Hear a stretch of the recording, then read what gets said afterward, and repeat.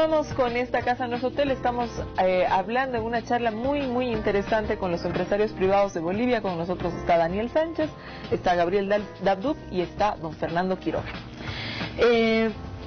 Don Gabriel, a ver, el país tiene las exportaciones tradicionales de las que hemos hablado, son el tema de hidrocarburos y minerales. Básicamente se concentra en una exportación tradicional, esa, y las no tradicionales, que ahora están cobrando una importancia infinita, que son pues en las que se mueve particularmente el empresariado cruceño, la soya. También es importante la exportación de textil, etcétera, ¿no? Entonces hemos amplificado nuestro rubro de exportaciones, pero una persona normal, común y corriente, que por ahí no puede acceder porque pues el patrimonio no le da así de sencillo a diferentes créditos, etcétera, ¿dónde debería el ciudadano común interesarse en invertir? A ver, creo que es fundamental, y lo planteamos en la Agenda 2025, el mayor crecimiento que estamos yendo hacia alimentos, hacia la industrialización, y fundamental.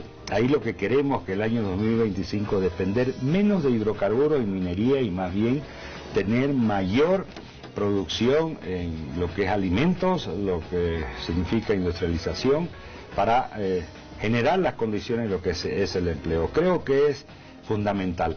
Y quiero darle unos datos con respecto a Santa Cruz, que por ejemplo los últimos 10 años en las exportaciones no tradicionales ha habido un incremento muy importante, casi de 260%. Estamos hablando que de este año 2003 al 2013 son 40.000 millones de dólares que se han exportado. Eso significa un crecimiento importante, no solamente en soya. Estamos hablando de la chía, que hoy está muy de moda. Lo hemos escuchado al presidente en la inauguración decir que tomaba chía, porque algún empresario se lo sugirió. El presidente de la CAO, en una de sus reuniones que tuvo, le invitó chía. Hoy lo está consumiendo, todos lo consumimos, mucha gente se está consumiendo chía. Bueno, yo tomo chía todas las mañanas. Hay un producto que se llama Venexia, que son suplementos que son importantes dentro de lo que es el organismo.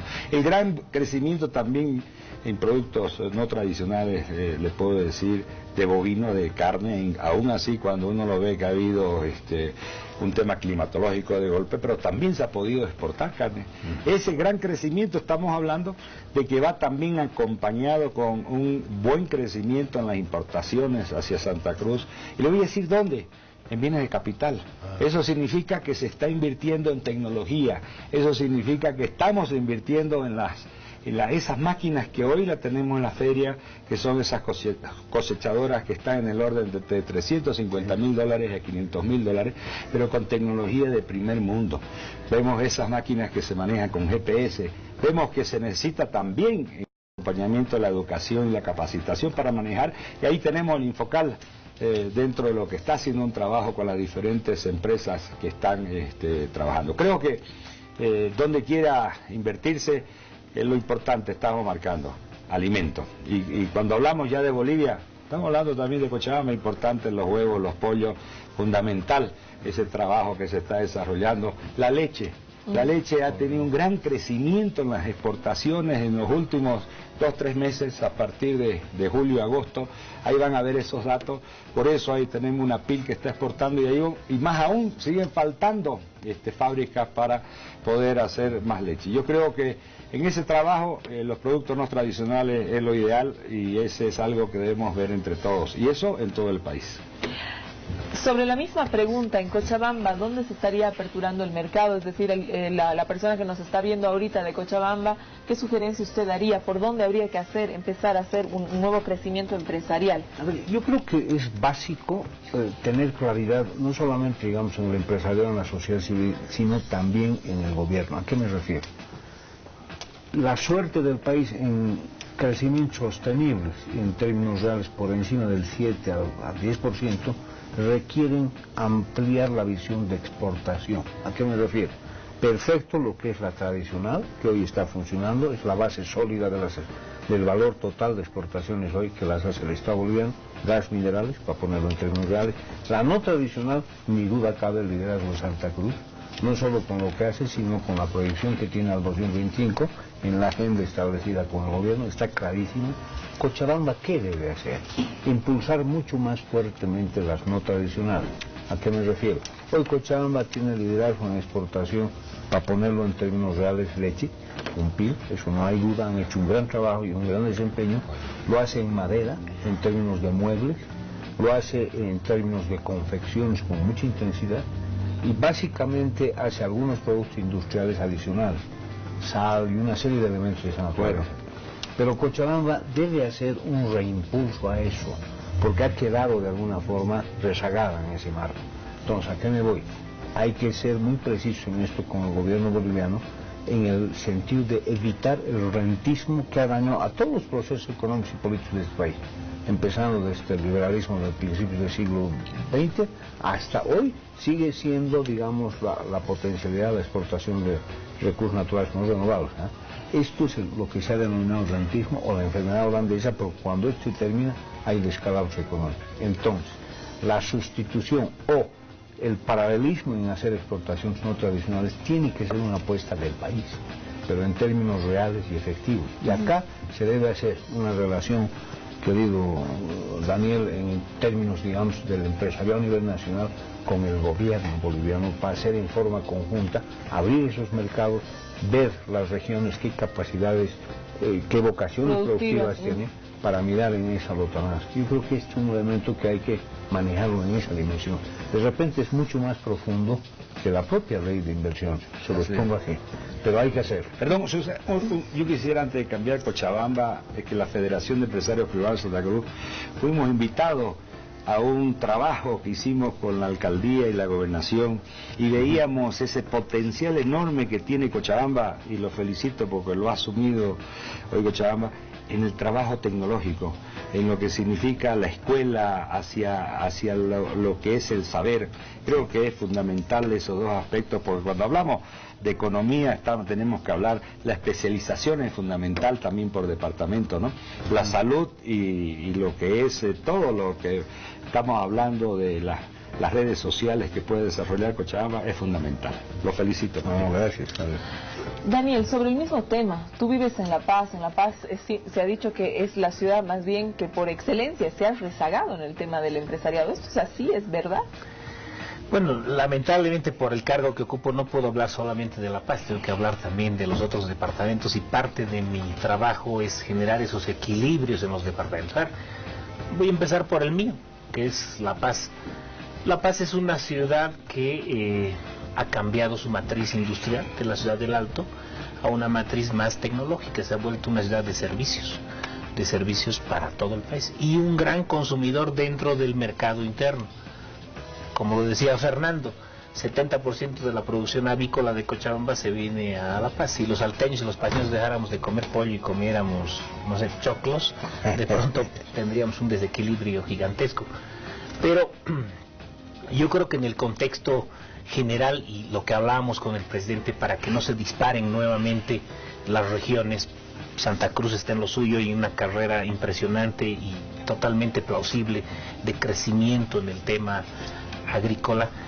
Hay que mirar, y lo comentábamos, hay que mirar los valles cochabambinos, los valles potosinos, los valles chuquisaqueños, porque hay que generar esos equilibrios para que no vuelva a ocurrir lo que se comentaba hace 7, 8 años atrás, la Bolivia productiva y los otros que no tenían nada de producción.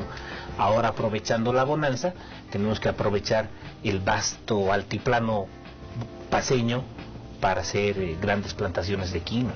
Hay unos programas que se están haciendo y que se los hemos mostrado al gobierno para hacer un cultivo de quinoa extensivo, aprovechar la vid tarijeña, aprovechar los ajís chuquisaqueños, la riqueza minera potosina. La minería, mal que mal, va a ser el futuro de nuestro país. Al margen de los ingresos por hidrocarburos, Bolivia tiene 2 cordilleras y el hermoso precámbrico, donde hay minerales que nos van a ayudar a seguir saliendo hacia adelante, como lo hemos hecho con la nacionalización de los hidrocarburos, que han sido ingresos cuantiosos para el Estado. Atraer inversión minera, estamos hablando de que se puede traer fácilmente en los próximos 10 años $50.000 millones atracción minera. La minería, pese a que es agresiva con el medio ambiente, tiene un movimiento adicional en las regiones que te permite hacer fábricas alrededor de las mineras para la provisión de insumos, para la generación de nuevas fuentes de empleo. Está desde el que infla las llantas de los camiones para la minera, desde el que fabrica los overoles para los obreros de la minera, los cascos, el proveedor de las botas. Hace un mes atrás estuvimos con el vicepresidente visitando Minera San Cristóbal. En el aniversario de San Cristóbal fuimos a visitar la minera, y en la minera él tuvo la posibilidad de palpar de que esa gran inversión con responsabilidad puede venir y multiplicarse en el país. Por eso en sus discursos quisiéramos 3 o 4 o 5 mineras San Cristóbal. ¿Por qué? Porque la minera, solo esa minera da fuentes de empleo directas 3.500 e indirectas genera 5 pueblos alrededor de San Cristóbal, todos trabajan vinculados a la minera. Y adicionalmente todas las empresas de transporte, todos los que proveen de logísticas. Entonces hay que ir pensando cómo vamos a generar esos equilibrios en los departamentos, que los pide tanto el presidente, aprovechar los ricos valles, el vasto altiplano, fortalecer la ganadería veniana. Por ejemplo, en el Tibnis vamos a tener no más que apoyar la construcción de la carretera. Esa carretera es fundamental para el crecimiento de Cochabamba y para el crecimiento del Beni. Este año deberíamos entre todos generar esa discusión nuevamente para desarrollar esa carretera. El tema forestal, la pesca, y hablábamos de la vid tarijeña, de los ajís chuquisaqueños. La bonanza tiene que traer más producción y más empleo. Reitero, al margen de eso están todos los aspectos que mis colegas han señalado. Seguridad jurídica. Uno habla de seguridad jurídica, hay tomas de tierras en Santa Cruz que hasta ahora no se están pudiendo resolver. La confianza en la justicia boliviana está por los suelos. Ese es un tema que hay que ir resolviendo. Hay muchas cosas que debemos empezar a trabajar a partir del 13 de octubre, puesto que, como tú bien lo decías, estamos a 20 días de la elección, y bueno, estas épocas son más difíciles de encontrar a los ministros, al presidente, al vicepresidente, que están haciendo, lógicamente, su campaña electoral, ¿no? Don Gabriel, ¿es verdad que Bolivia atraviesa su mejor momento económico? Mejor momento económico, bueno, se lo ha señalado que el mejor momento económico histórico que habría vivido el país. ¿Usted está de acuerdo con esto? Yo creo que estamos bien, no hay que dudar de eso, pero hay que buscar estar mejor, y ese es el planteamiento que venimos haciendo a la Agenda 2025. Estamos planteando con cifras concretas, estamos planteando poder crecer de 15 millones de toneladas métricas de alimento a 45 millones de toneladas métricas. Eso estamos hablando de 24 millones de toneladas métricas para el mercado interno, a poder garantizar a don Fernando Quiroga que tenga su alimento para los pollos, poder generar también, y de ahí poder generar 21 millones de toneladas métricas de exportaciones. Eso estamos hablando de 13 millones de hectáreas cultivadas, estamos hablando de 13.000 millones de inversión privada. Cuando hablamos eso de 13.000 millones de inversiones privadas, estamos hablando 10.000 alimentos y 3.000 millones a lo que significa industrialización. Cuando hablamos de infraestructuras, también estamos planteando inclusive llegar en total a 59.000 millones de dólares. Eso es inversión. Y todo eso ya está planificado, o sea, todo eso está en la Agenda 2025 ya. Claro, pero más allá de que esté en la Agenda 2025 y que ustedes ya hayan haber establecido un norte al 25, que es fundamental, me interesa un poco saber hasta qué punto esto es real, que va, o sea, el papel aguanta todo, ¿no es cierto? Pero hasta qué punto están marcadas las inversiones, etcétera. Pero está todo dentro de lo que es sectorizado, está inclusive monetizado en cantidades. Ahí podemos decir, por supuesto, que cuando hablamos 2025 son pocos años, si lo vemos en ese índole. Por eso, razón, con la reunión que tuvimos en varias ocasiones con el vicepresidente, planteamos agarrar el primer millón de hectáreas y decir, ok, ¿qué es lo que necesitamos hoy en carreteras? ¿Qué es lo que necesitamos hoy en temas fluviales, en lo que significa ferrocarril? Pero si nosotros vamos desmenuzándole bulo, Montero ya está adjudicado, se está construyendo. Lo que estamos haciendo, y dentro de la propuesta, es que siga avanzando a los sectores productivos. Queremos que llegue a San Pedro, donde hay una nueva planta sucroalcoholera, que es Aguaí, donde por esa razón tenemos un buen crecimiento de las exportaciones de alcohol en productos no tradicionales. Cuando hablamos también en el marco de infraestructura y de apoyo, también decirle, ya es un hecho de que vamos a tener una fábrica de cemento que es en Yacuces y que está en Itacamba. Cuando hablamos de desarrollo dentro de lo que significa el sector privado, estamos hablando de un parque industrial que existe en Santa Cruz y que se está desarrollando el segundo, que es uno de los más grandes de Latinoamérica, con 2.200 hectáreas, donde ya hay 350 empresas que han comprado espacio. ¿Sabe cuánto hay en el parque industrial tradicional que tenemos en Santa Cruz? 600. Entonces ya ese parque está mostrando el crecimiento. Cuando hablamos de sectores, evidentemente, Rosita es fundamental. Pero hay que decir, hubo un problema con la empresa china, pero lo que ya se ha dado es recursos económicos para hacer los trabajos a diseño final. Yo creo que hay un avance, pero debemos acelerar. Por esa razón, con el vicepresidente y con el presidente hemos dicho, y nos ha retado, agarremos el primer 1.000.000 de hectáreas y hacia dónde vamos. Y les puedo dar también muchos más datos concretos en aspectos que es lo que vemos con obras. Creo que es fundamental seguir creciendo, y son momentos en que hay que aprovecharlo, y solamente se lo puede tomar el mayor beneficio cuando hay una articulación pública-privada y nos va generando las condiciones de infraestructuras, carreteras, pero por el otro lado también tiene que acompañar el sector privado. Más allá de los problemas que tenemos coyunturales, que lo llamamos, como el hecho de restricciones a las exportaciones.